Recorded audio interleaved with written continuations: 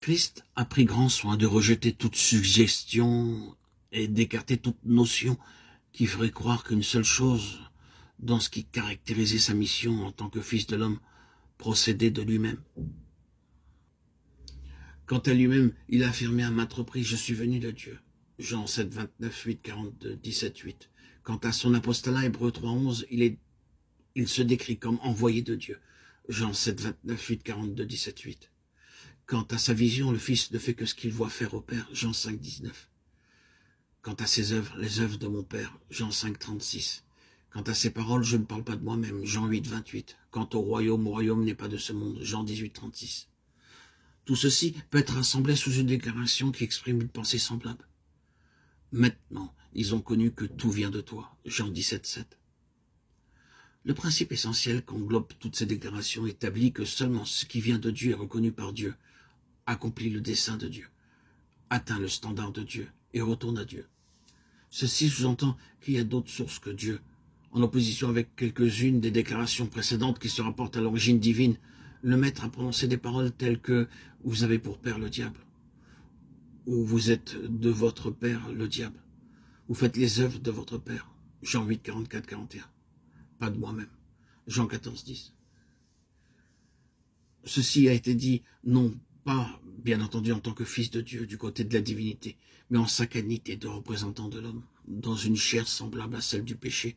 Romains 8, 3. L'ennemi s'est toujours efforcé de faire agir le Seigneur dans la chair, comme l'homme agirait afin d'avoir un terrain sur lequel causer sa perte. Mais il refusa d'agir sur le principe de la chair. Il est donc clair, et les Écritures le montrent, que Dieu n'accepte pas ce qui est produit par la chair, même si cela est accompli sous des formes religieuses et par le moyen d'entreprises chrétiennes. Puis le monde dont il nous est parlé comme produisant constamment beaucoup de choses que Dieu rejette et livre au jugement. Remarquez toutes les fois que la préposition du « je » vient de « pour du monde » apparaît dans Jean 17. Et regardez plus loin dans les épîtres de Jean en comparant avec l'enseignement de Pierre et de Paul. Nous sommes donc amenés à voir qu'une signification divine spéciale s'attache à ce qui est de Dieu. Or, ce qui est vrai de Christ, le principe essentiel qu'englobe toutes ces déclarations établit que seulement ce qui vient de Dieu est reconnu par Dieu, accomplit le dessein de Dieu, atteint le standard de Dieu et retourne à Dieu. Ceci sous-entend qu'il y a d'autres sources que Dieu. En opposition avec quelques-unes des déclarations précédentes qui se rapportent à l'origine divine, le maître a prononcé des paroles telles que « vous avez pour père le diable » ou « vous êtes de votre père le diable ». Vous faites les œuvres de votre père. Jean 8, 44, 41. Pas de moi-même. Jean 14, 10. Ceci a été dit non pas bien entendu en tant que fils de Dieu, du côté de la divinité, mais en sa qualité de représentant de l'homme, dans une chair semblable à celle du péché. Romains 8, 3. L'ennemi s'est toujours efforcé de faire agir le Seigneur dans la chair comme l'homme agirait afin d'avoir un terrain sur lequel causer sa perte.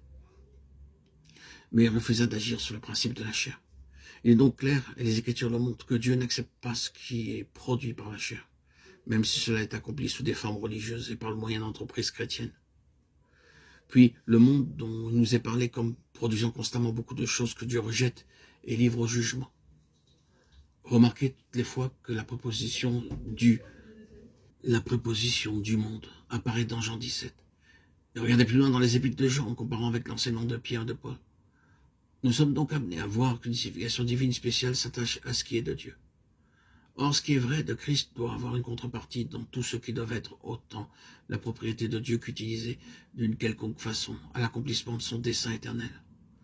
Ils doivent être nés de Dieu, envoyés de Dieu, avoir une révélation et vision spirituelle de Dieu, dire les paroles de Dieu, faire seulement les œuvres de Dieu. Chercher premièrement le royaume de Dieu et être sûr que dans leur cas, tout vient de Dieu. 2 Corinthiens 5, 18. C'était la base apostolique. Le Saint-Esprit était venu rendre cela possible et réel. Ce qui explique l'efficacité de leur témoignage et de leur œuvre. Ils savaient ce qui signifiait être baptisés dans un seul esprit pour former un seul corps. Le corps dont Christ est la tête, si bien que seulement la tête souveraine dirigeait vraiment son œuvre à travers les membres incorporés de cette façon.